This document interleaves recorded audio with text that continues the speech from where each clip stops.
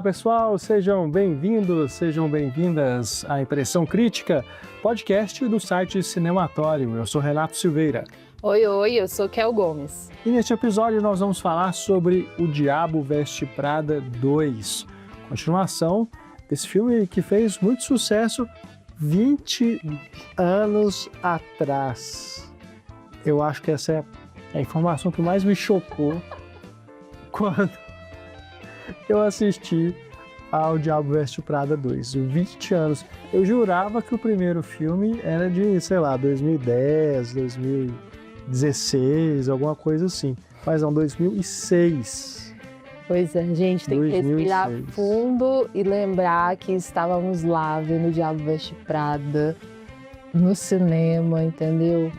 Já adultos há 20 anos atrás. Então, é uma informação, assim, para, né, absorver, se acostumar com ela e, então, curtir toda a nostalgia que o filme traz, assim. Porque eu acho que quando se pensa em filme nostálgico para se voltar a um universo, a um personagem ou vários, e sem grandes pretensões, esse filme é a resposta, sabe?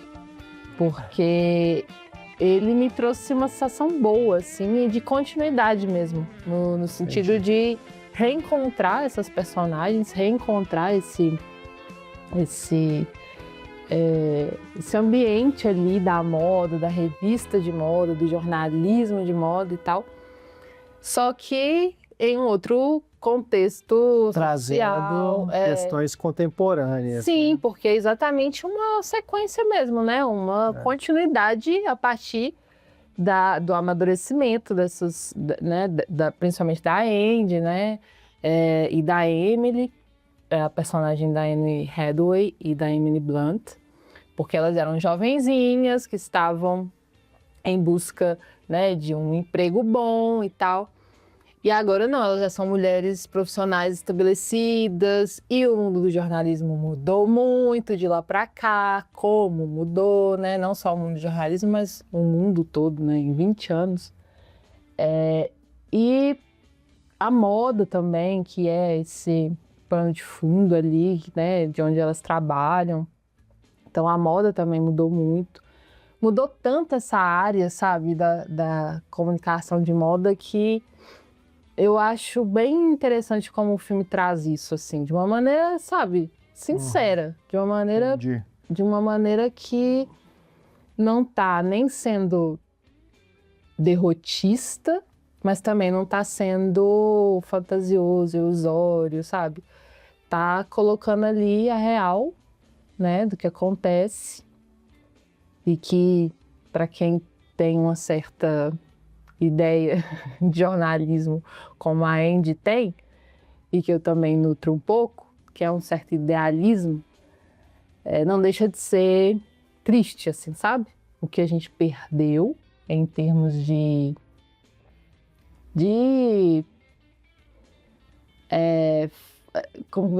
financiamento, de possibilidade de jornalismo, de reportagem, sabe? De leitura, de aprofundamento mesmo, porque a gente perdeu, não tem o que dizer, né? Tipo, as redações cada vez menores, as revistas todas praticamente nem existem mais. E aí, claro que tivemos vários ganhos também, né, gente? Uma diversidade de pessoas muito maior, com, né, o poder da escrita, o poder da voz, enfim. Mas nessa questão aí das mídias, né, dos veículos, isso a gente perdeu muito, assim. E eu acho que o filme toca nesse assunto de uma maneira bem legal, assim, fazendo, né, as críticas onde precisa fazer, mas sendo leve, que é um filme leve. O Diabo Veste Prada sempre foi um filme leve, assim.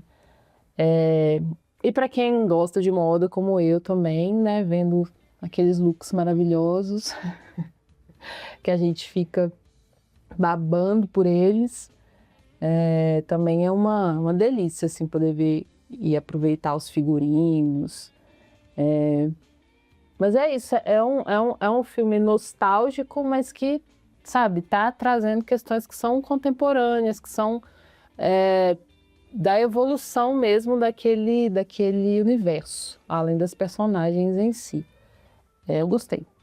Eu não sou muito afeito a esse universo, né? Não sou muito não? familiarizado com essas questões da moda e tudo, então não é a minha praia, né? Mas eu gosto do primeiro filme pelas personagens, principalmente da relação entre a Andy e a Miranda Priestley, que é a personagem da Meryl Streep, né? Então eu gosto daquela dinâmica. Para mim é o maior ganho que o primeiro filme tem.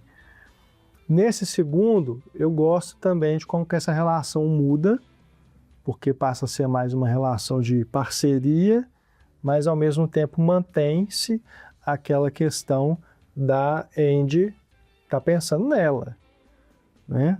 Nos seus ideais, o que ela acredita de jornalismo, né? E para isso ela meio que faz um pacto com o diabo. Sim. Né? Para poder... Ela não sabe que é diabo, né? Vamos deixar claro. Mas essa questão está em jogo nessa dinâmica delas, né?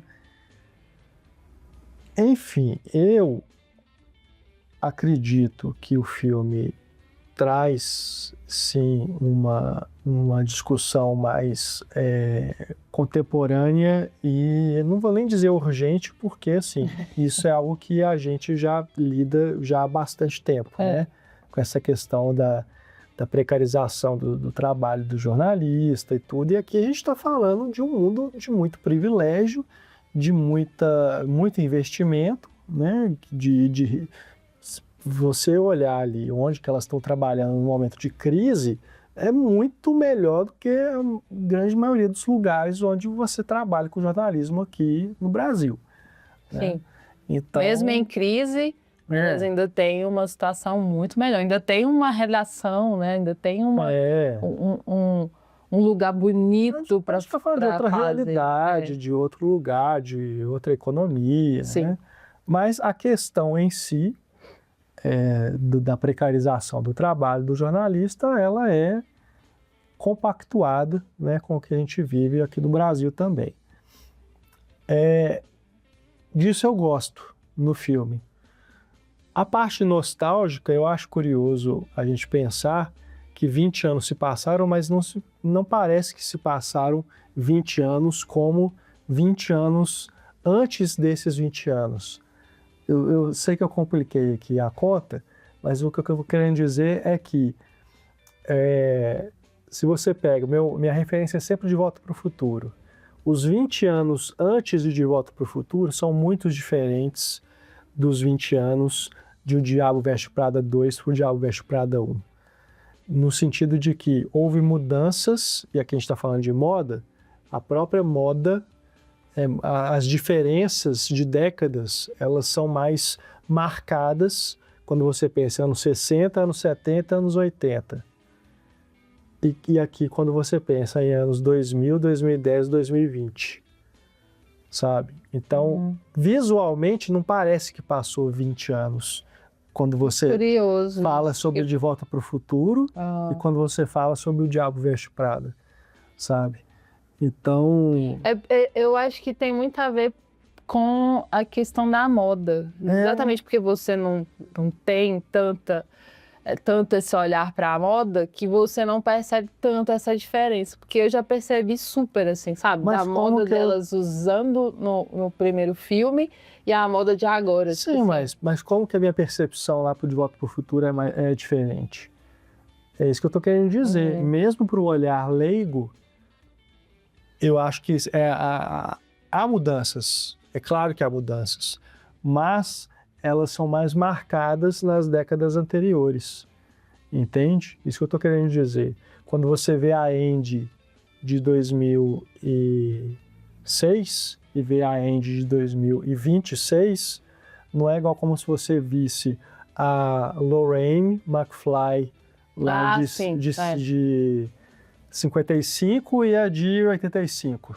Mas isso tem a ver com a própria época que se vive, porque vamos colocar aí as tecnologias. Claro, não, tem fatores. Vamos colocar aí Tô só dizendo as assim, questões estéticas, sim, aprimoramentos estéticos, porque as mulheres, aliás, as pessoas daquela época não tinham os mesmos tratamentos estéticos que existem hoje em dia. Então, as pessoas com 40 anos hoje, não, às vezes, não parecem que têm 40 tem N anos, fatores entende? culturais, Então, estéticos, tecnológicos, né? Tô só pontuando aqui porque isso é uma coisa que me pega muito de pensar assim, porque a gente atravessou esse período todo, né? A gente viveu os anos 80, os anos 90, os anos 2000, os anos 2010 e agora os anos 2020, entregando a idade, né?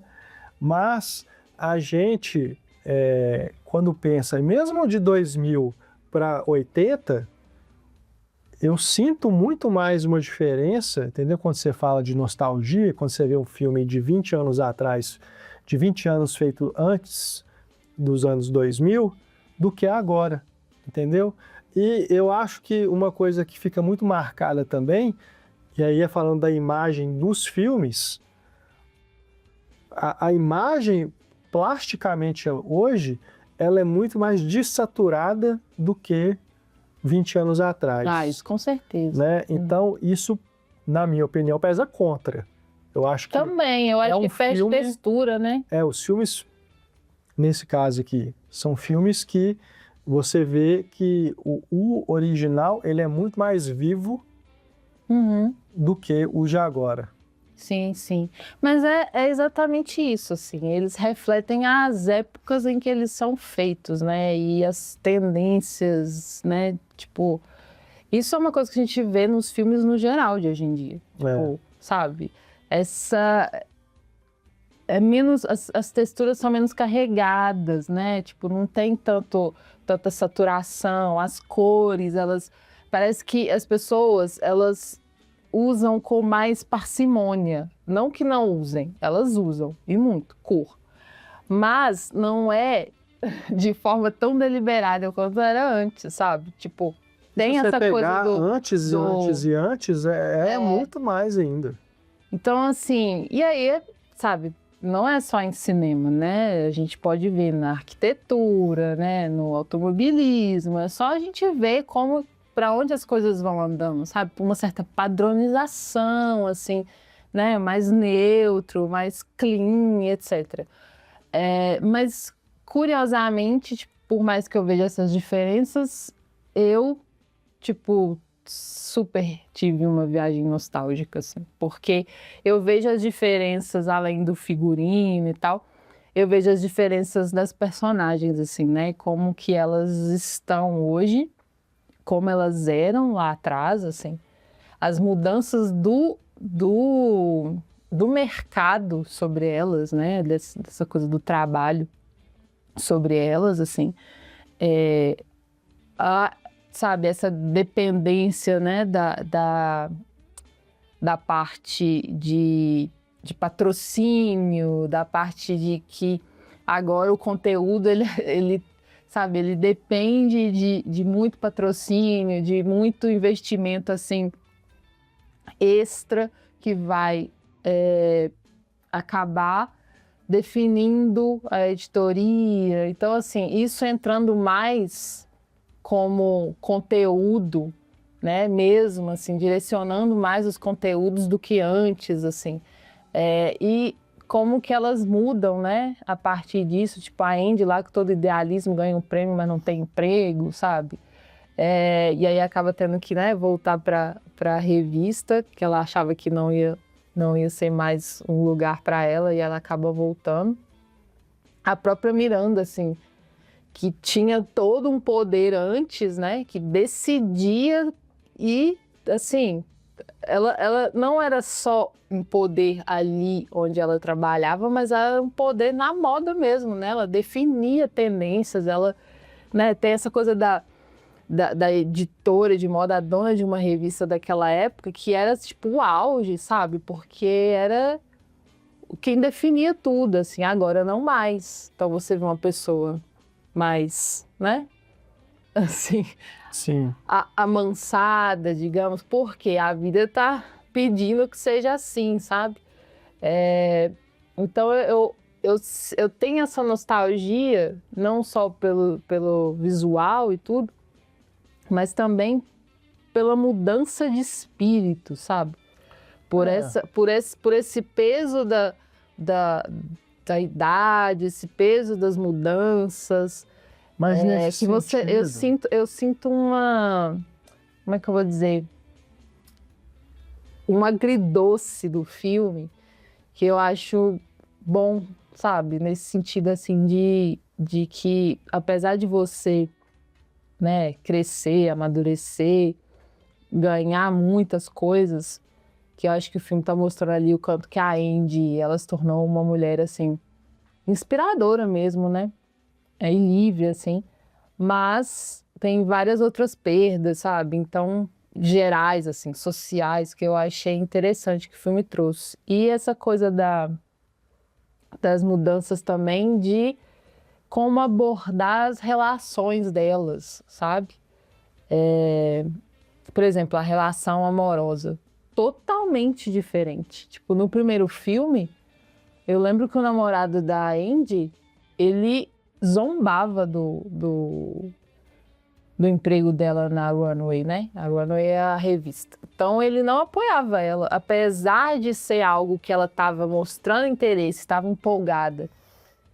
Mas assim, ela se via dividida porque ela queria fazer uma coisa diferente de moda, mas ela via que ela poderia crescer ali e que ela poderia fazer coisas legais também ali. Só que ela não tinha apoio nenhum do parceiro. Tipo, ele zombava, ele queria que ela desistisse. Ele não apoiava ela de forma alguma. Nem os amigos dela também apoiavam. Então, eu sinto que agora a abordagem da relação foi completamente diferente, porque o cara com quem ela começa a namorar, ele super apoia, sabe? Ele não tem, não é uma questão. O trabalho dela não é uma questão, sabe? Então é muito mais saudável.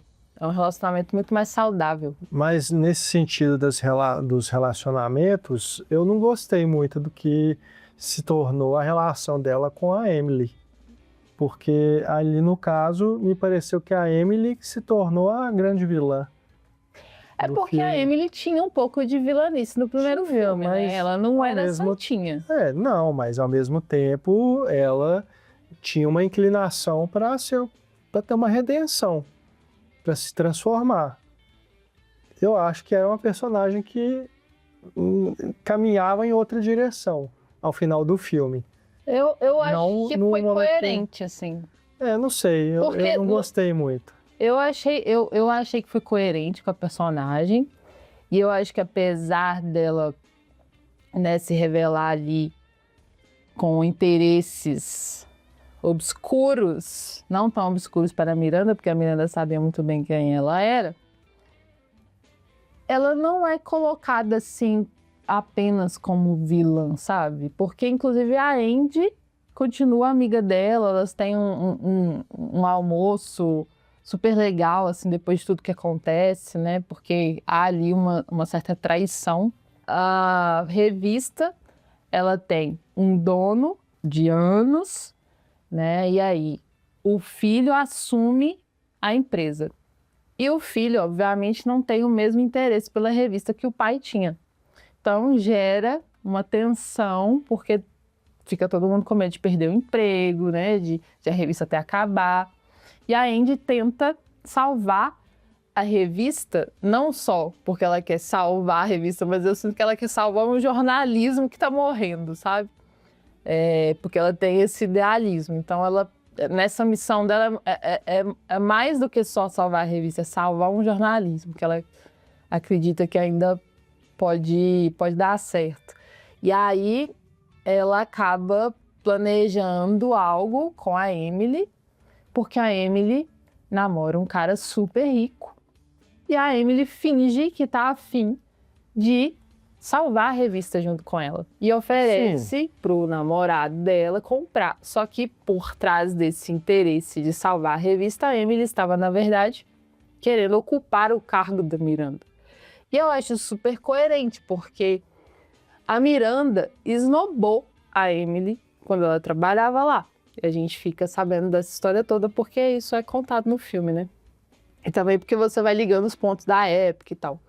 Porque acontece todo lá. Tem que rever o filme também, porque eu acho importante, assim, para você pegar exatamente esses pontos, assim, o que a Emily fez, o que a Emily não fez. É exatamente isso que eu não gosto. O quê? De ela ser colocada como alguém que quer dar esse troco para Miranda e isso ser uma coisa ruim.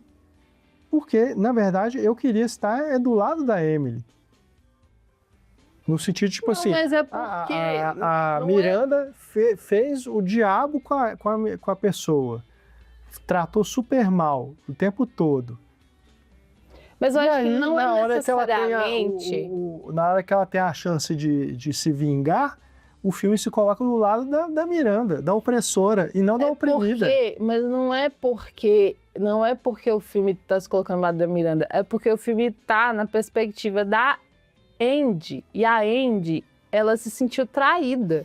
Ela tinha combinado com a Emily uma coisa, e de repente era outra. Então, assim, qual que é? A Andy tinha que ficar do lado da Emily. Não, com uma traição dessa, o que garantia que a Andy ia continuar empregada lá?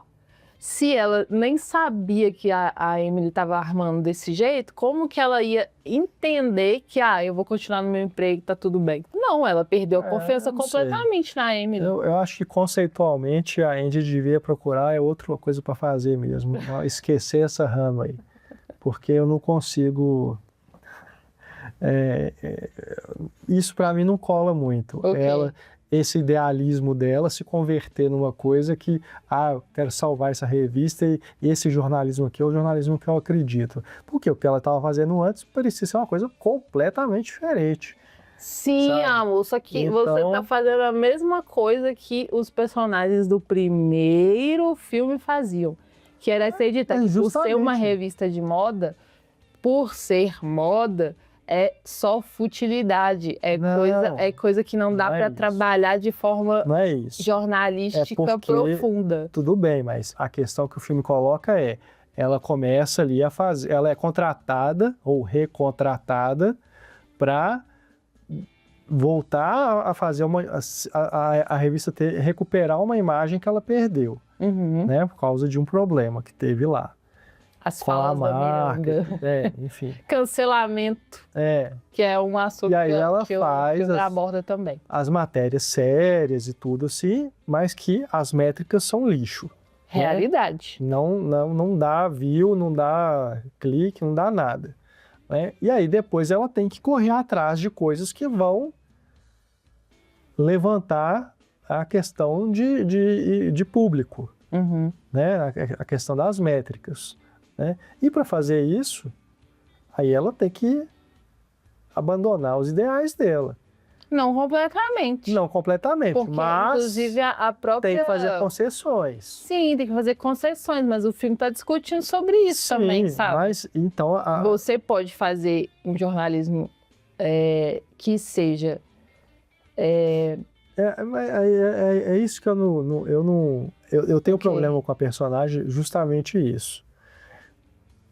As concessões que ela faz a partir de determinado momento me parecem ser ir num sentido contrário do que ela estava pregando no início do filme. Aí me parece que eu não lembro ao longo dela ter de 20 feito anos concessão tão ruim assim, do tipo fazer um baita de um clickbait ou fazer, não sabe? É isso. Eu não lembro dela. Não é isso, mas são os acordos que são feitos ali para ela acabar o filme, ela tá lá na sala dela maior, mais confortável, com mais dinheiro, com mais investimento, e a Miranda vai continuar lá.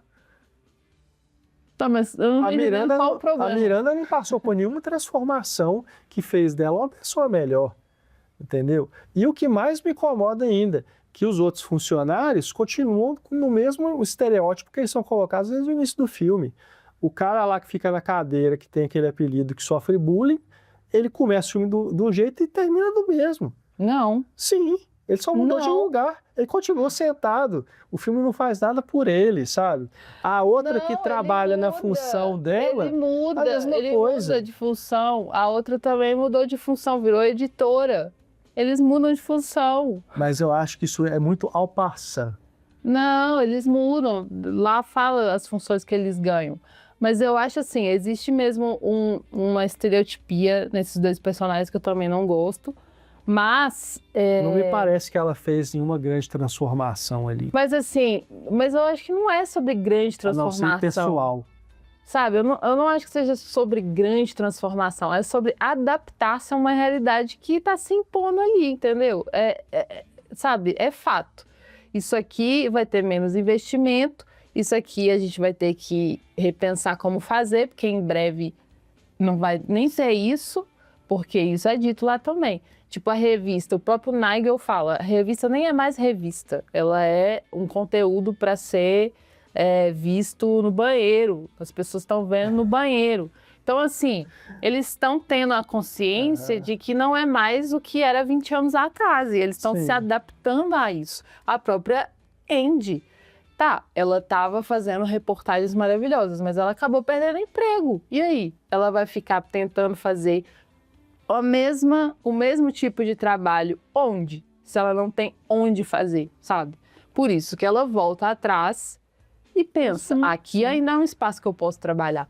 E mais, aqui ainda é um espaço que me dão liberdade para que eu possa fazer algo que eu esteja interessada. Porque, por exemplo, ela cria a situação lá para poder conseguir uma entrevista super difícil, que é o que faz, de fato, a revista retornar para a imagem, né, boa que eles estavam querendo e tal. Para Miranda também ter essa, como se diz, para Miranda também ser salva do cancelamento, né? Que aí conseguem uma grande entrevista que até então ninguém conseguia, e aí fazem uma reportagem boa e tal. E aí, a partir disso, a revista volta às boas e a Miranda também. Então, assim, eu acho que... e uma coisa que eu gosto, que ia de um homem poderoso, ia para outro homem poderoso, o dono da revista, né? Ia sair do filho do dono para um outro dono, que era o namorado da Emily.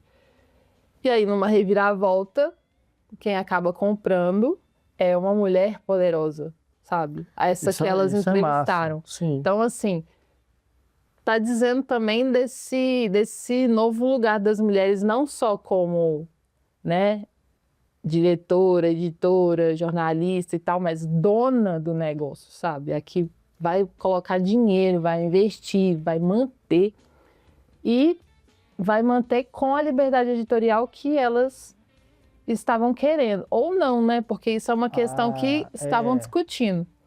Que eu também acho legal. Dentro do carro lá, elas estavam em dúvida se a liberdade ia ser mantida, mas de toda forma, já é uma aliada porque é uma mulher ali, né? E que gosta do conteúdo feito, assim. Então, eu não acho que seja incoerente, acho que as personagens, elas evoluíram. Não, incoerente eu também não acho, não. Eu só não concordo mesmo com a forma que as coisas se dão ali. É porque você é fã da Emily, queria a Emily mais. Não é que eu sou fã da Emily, não. Eu não gosto muito desse pacto que é firmado ali. Ame o diabo para você conseguir o que você quer. Isso eu não consigo Mas eu não tô concordar. entendendo qual que foi o momento em que ela fez isso, do ame o diabo, sabe? Ela continua trabalhando com a Miranda, na sala do lado. Mas ela quer manter a Miranda ali. Sim, mas eu não acho que é sem visão crítica. Há um pacto que é firmado. Mas isso desde o primeiro filme. Sim, mas eu falo assim, isso é uma visão capitalista. Sim, total. Né? É um filme capitalista. Tem que ser colocado. Não temos dúvida. É com isso que eu não concordo. Mas, entendeu? Poxa. Não, mas, uai. Mas aí você tá querendo demais do Diabo Veste Prada 2. Não é que eu tô querendo demais. Eu, Renato, não consigo me conectar ou me identificar com essa personagem. pelas Com a Andy. escolhas, com a Andy, pelas escolhas e pela ideologia dela. É isso que eu estou dizendo. Olha, curioso. Então, eu me tenho um certo identifico, eu acho problema. que a gente vive o mesmo capitalismo que ela vive, assim. Ah, claro que a gente vive, mas eu acho que a forma como ela lida com a situação é que eu faria diferente. Entendeu? Então eu. Tá, mas você enxerga ela como uma personagem, tipo assim, para além de identificação, assim, como uma personagem boa, pelo menos? Ou porque você precisava dessa identificação? Por ela ser jornalista? Mas boa em que sentido? Que tem complexidade, que te diverte, que tem um bom arco narrativo. É razoável, na minha opinião. Eu acho que no primeiro filme é melhor. As personagens são... O roteiro faz um serviço melhor na escrita das personagens. Eu acho que tá igual. Engaja mais ali nas relações. Mas assim, mas aqui, uma coisa achei... que o filme não mostra também. Falando agora do jornalismo, do que se transformou o jornalismo e tudo. Influencers. E na moda a gente sabe que tem muito, né? Não tem, em nenhum momento é tocado esse assunto. Não, eles falam sobre isso, sim. Eu só não acho que eles colocam isso como... um problema pro filme. Porque se fala que é um problema, aí as influenciadoras do mundo real vão falar mal do filme. Porque, assim, sabe, influencer é um outro assunto aqui, né? Também merece um outro podcast, né? Afeta não só o mundo da moda, afeta todos os segmentos. Então, todos mesmo, inclusive segmentos falando do tradicionais. Afeta todos os segmentos, inclusive segmentos tradicionais do tipo direito e medicina. Coisa que eu jamais imaginaria, mas afeta. E tem o bom influenciador e o mau influenciador. Sim. Só que aí eu acho que eles realmente não entraram nesse assunto e eu não sinto falta, porque eu acho que tá ali, sabe? Naquele mundo. E por conta disso também, porque é um filme comercial, é um filme de moda e influenciadoras, eu acho que começaram a ter grande relevância e espaço foi nesse mundo da moda, ou pelo menos o começo disso, né? Poderia mostrar no mundo da beleza e tal. Pelo menos aquelas que fazem um bom trabalho, né? Mas enfim. Eu não senti falta. Eu acho que o que mostrou só tava pensando nesse ponto de vista de que passaram-se 20 anos e muita coisa mudou, né? E essa é uma das principais. Não, eles falam sobre isso. Eles só não trazem personagens para falar sobre isso de maneira mais desenvolvida, assim. Porque eu acho que os conflitos principais ali são mesmo das personagens principais, de como elas evoluíram, né, ao longo desses 20 anos, como elas se estabeleceram, as relações entre elas, né, como elas retornaram a essas relações, né? Eu vou te fazer uma pergunta sobre como você se sentiu com a revelação de que foi o Nigel que deu a dica lá, assim, ó, contratem a Andy, recontratem a Andy. Cara, eu achei lindo. Mesmo tendo essa perspectiva de que foi, no final, ela estava achando que ela foi recontratada para trabalhar lá por mérito próprio. Não, mas foi mérito próprio. No fim das contas, ela descobre que foi um cara que foi lá e falou assim... Não é que foi um cara que foi lá não tem isso a ver com isso. Não é um problema. Não é um problema. E foi por mérito dela. Exatamente por ela ter deixado uma boa marca por onde ela passou, na revista e também nos demais trabalhos que ela fez, e por ter a credibilidade que ela tem como jornalista, é que o Nigel falou, essa pessoa é a pessoa certa para contratar nesse momento.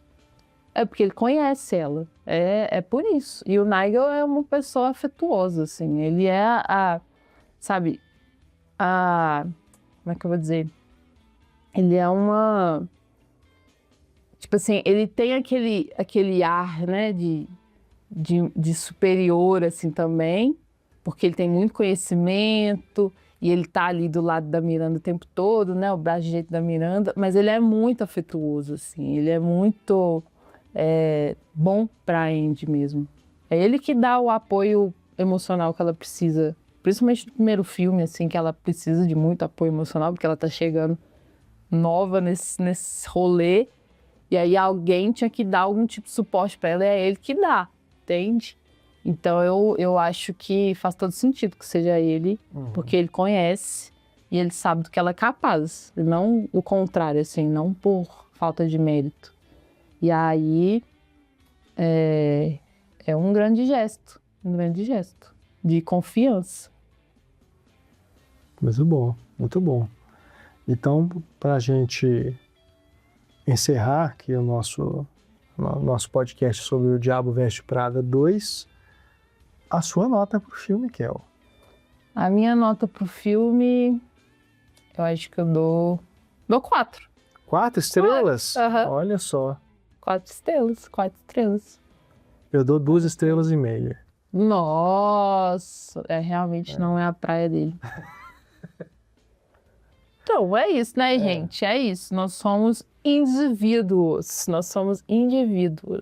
E eu sou apaixonada por esse universo do Diabo Veste Prada. Assim, inclusive, eu já estudei produção de moda durante 2 anos. Já quis muito trabalhar numa revista de moda, como a gente trabalha.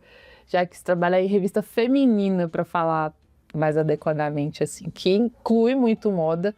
Mas eu sempre quis trabalhar em revista feminina. Foi o primeiro contato com jornalismo de revista que eu tive e que me fez querer ser jornalista foi através das revistas femininas, assim. Mas você não queria ter uma chefe como a Miranda Priestly? Cara, difícil, né? Difícil ter uma chefe como ela. Difícil. E é engraçado porque a gente repensa, assim, 20 anos atrás, assim, né? O diabo total. Aí quando chega agora, você repensa isso com uma lente mais feminista para olhar para essas mulheres que chegam no topo e precisam enfrentar muitas barreiras e o quanto que elas criam uma casca dura sobre si por causa dessas barreiras. E elas acabam reproduzindo muito da agressividade que ela, sabe, ou ela recebeu ou ela precisa performar para ser respeitada. Isso é uma visão feminista que a gente passa a ter, sabe, mais madura mesmo, sobre a personagem da Miranda também, assim. Para entender mais essa carcaça que ela tem, esse posicionamento que ela tem, assim. Não ficar só na superfície é só uma chefe malvada, sabe? E eu acho que é o olhar que a Andy tem também, é meio que de não só, né, de um respeito por essa mulher que dá medo, mas de admiração também, sabe? Por esse lugar que ela conquistou e ela não deixa ninguém pegar, sabe? Porque ela sabe da capacidade dela. Então é isso, é você ir revendo as nuances, sabe? Quantas mulheres, né, em posições de poder são colocadas como malvadas, sabe? Como agressivas, como bruxonas. Bruxonas mesmo. Porque não performam a docilidade esperada esperada pela sociedade para o feminino, assim. Elas têm um outro jeito de serem femininas e aí, né, a sociedade rejeita e já taxa, assim, como malvadona. Mas então, sabe, são essas coisas que o filme aborda, assim, que eu acho bem legal e por isso eu dou as minhas 4 estrelas com convicção. Além dos looks maravilhosos que eu fiquei querendo todos. Socorro! Gente, sabe? Ai. Não dá. Ai. Bom, você que está acompanhando nosso podcast, diga também o que você achou de O Diabo Veste Prada 2. Tem o espaço para comentários aí na plataforma onde você estiver escutando, assistindo, conferindo aqui os nossos comentários. Você que é apoiadora do Cinematório, pode chamar a gente também lá no nosso grupo de bate-papo para a gente conversar sobre esse filme. Entre em nosso site cinematório.com.br, clique no link do Cineclube Cinematório para saber como ser um apoiadora e nos ajudar a manter o nosso site e os nossos podcasts no ar. Bora, Kel? É isso, bora. Beijo, gente. Até a próxima. Grande abraço, pessoal. Até mais. Tchau.